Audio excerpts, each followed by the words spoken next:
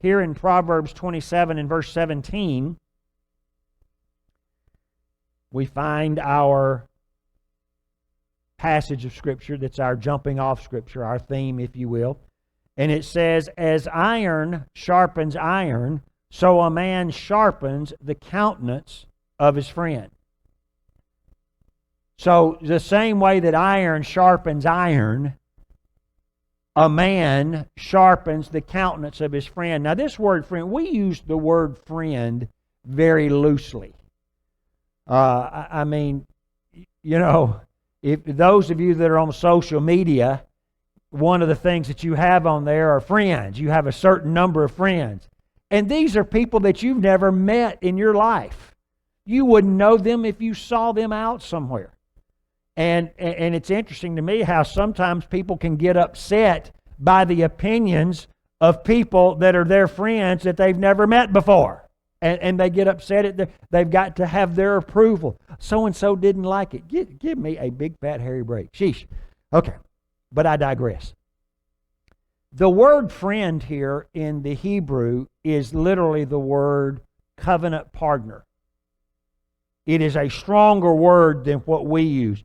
Usually when we say somebody is our friend, it can mean anywhere from a casual acquaintance, somebody that I work with, to somebody that's a real good friend. When the Bible uses the word friend, it is talking about somebody that you have a covenant relationship with. This is not a casual relationship. This is something that's wrong. This would be as strong as a blood relationship with someone. So it's a very strong thing, and that's what he's talking about. He said, the same way that iron sharpens iron, so a man sharpens the countenance of his friend. One of the points that I'm going to make today, actually the main point that I'm going to make today is this. It is very important for you to have someone,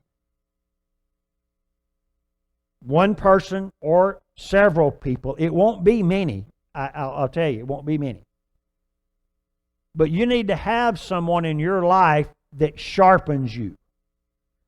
You need to have someone that you can sharpen iron with. That the two of you can get together and talk about things, and that you can be open and honest with one another.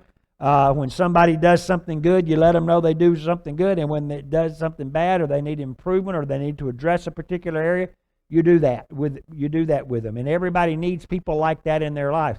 You need to have somebody in your life that when you get around them, when you leave, you feel better about yourself. You don't feel drained. Have y'all ever been around people that you're around them for 10 minutes and it's like, I got to go take a nap. They're just a drain on you, and you don't need people like that in your life. You don't need to be around people like that. Now, one of the things that I'm going to stress the difference between this morning is this, and I may be jumping ahead a little bit, but by going ahead and putting this out there, it'll kind of help you realize where we're going. There is a difference in having a close friendship with someone and ministry. And sometimes we get those two things confused. You're going to minister to different people than you're friends with. Then you have that good, strong friendship. There are certain things that you tolerate in acquaintances that you wouldn't tolerate where friendship is concerned.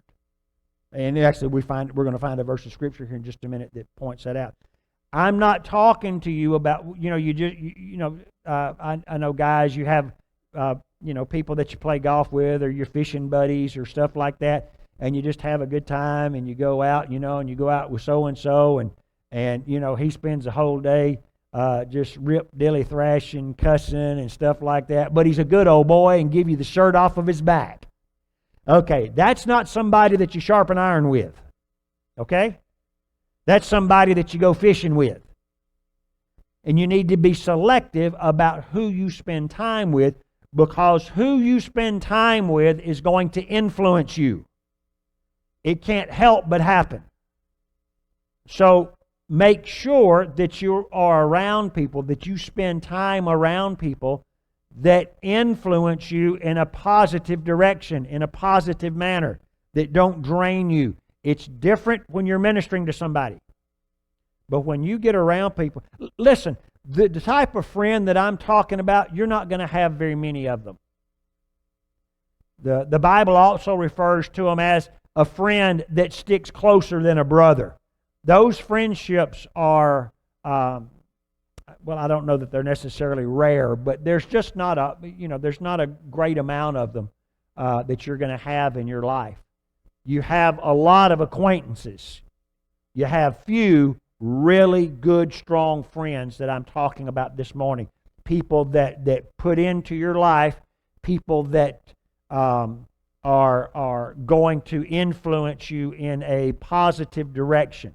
Okay? So as iron sharpens iron, so a man sharpens the countenance of his friends.